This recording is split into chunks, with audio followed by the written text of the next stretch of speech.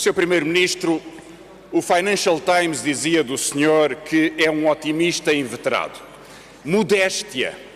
Ninguém podia esperar que nos trouxesse aqui não só um discurso de otimismo deslumbrado com a situação do país, mas, sobretudo, o que é politicamente relevante é que é um discurso eleitoral. E isso é o que é novidade. Perguntado sobre o país, o Primeiro-Ministro diz-nos que não podia estar melhor, melhor do que a Europa, melhor do que nunca. Há um ano atrás não foi assim. Há um ano atrás não foi assim.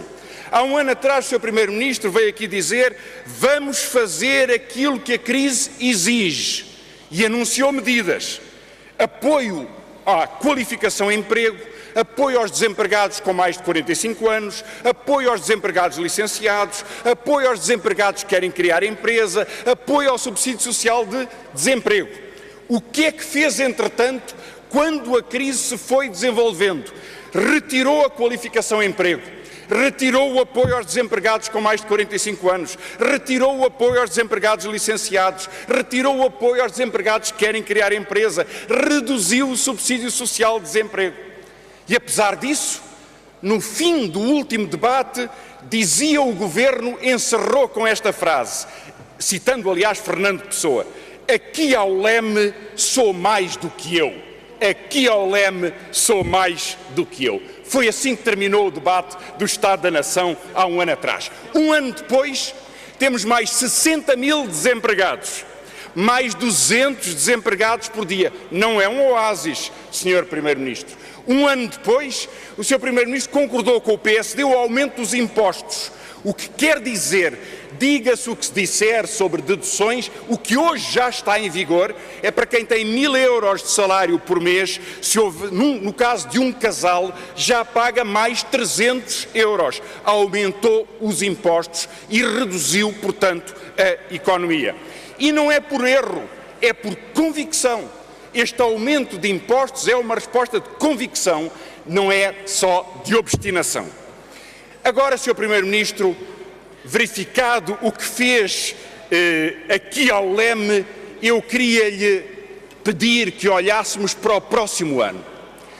Porque os números do Governo são que no próximo ano, com estas medidas, vai haver mais 50 mil desempregados. O Sr. Primeiro-Ministro citou agora os dados de 2008 da pobreza. E creio, Sr. Primeiro-Ministro, que não é bonito que haja uma confusão parlamentar acerca de um número ou de outro. Os números são o que são. E os números dizem, de facto, que em 2008 se reduziu o risco de pobreza. Diz isso. Mas na mesma página, estamos a falar da pobreza, diz que a intensidade da pobreza aumentou. O Sr. Primeiro-Ministro leu os números e aumentou nos desempregados e aumentou nas crianças. Exatamente. É o que está no seu número. Não discutamos números. Os factos são os factos e é o que está aqui escrito. Ora, é por isso que o aumento do desemprego é grave. E é por isso que a recessão que o Banco de Portugal diz que pode ocorrer no próximo ano é tão grave. Não estamos no oásis.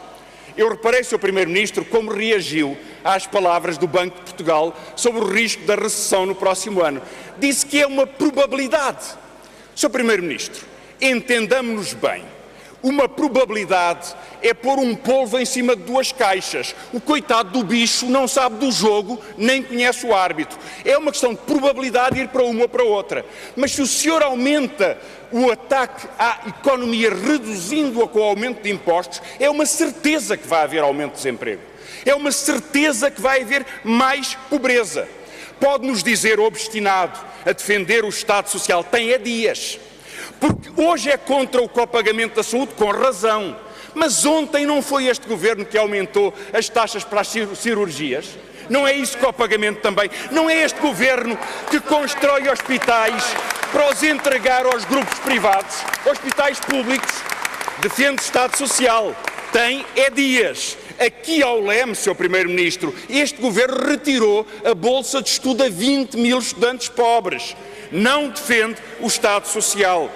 Falou-nos, aliás, aqui ao leme da coesão mais nobre do ideal democrático. Sr. Primeiro-Ministro, o seu Governo, o maior investimento público que que se fez em Portugal no século XXI foi no Banco Português de Negócios. O maior investimento público. Criou emprego? Não criou emprego. Ajudou a economia? Não ajudou a economia. Mas estas empresas têm uma golden share sobre o Estado. E é por isso que temos uma opção fundamental na política económica, Sr. Primeiro-Ministro. E eu entendo, não concordará com o Bloco de Esquerda, mas é o nosso ponto de vista que isso é defender o Estado social. É não ter Estado a menos. Estado a menos é o senhor vender os Correios. Estado a menos é vender a Galp. Estado a menos é vender o monopólio da REN. Estado a menos é vender os aeroportos. Estado a menos é vender a EDP. Isso é Estado a menos. E é a obstinação. Estado a menos, destruir o Estado, porque os portugueses vão pagar impostos para cobrir os dividendos que não se recebem de empresas que são monopólios. E é claro, Sr. Primeiro-Ministro, a conclusão política deste debate até agora, apesar de tudo, e concluo, Sr. Presidente, é notável. É que estamos perante não só Estado a menos, mas perante um pântano político destas políticas que conduzem à recessão. O senhor fez um acordo com o PSD. É um acordo de 2 anos com o PSD para aumentar impostos e para reduzir salários.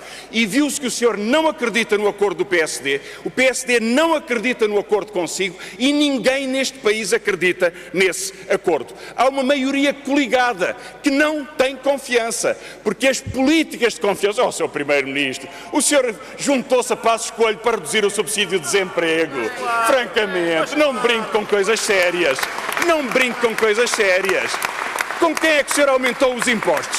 Sabe que daqui a uma semana os portugueses vão ver na sua folhinha de salário que o imposto aumentou porque o IRS vai-lhes comer uma parte do ordenado. Foi o senhor. Não diga que foi Passos Coelho. Foram os dois. Olha, foram os dois. Estão de acordo sobre o Estado a menos. Estão de acordo sobre a política social a menos e isso conduz à recessão. E é por isso, Sr. Primeiro-Ministro, que numa coisa nós sublinharemos palavras que já aqui foram ditas. É verdade, não se pode desistir da confiança e não se pode desistir do combate por um governo de esquerda com políticas de esquerda que rejeitem esta desigualdade que tem vindo a aumentar com a sua orientação.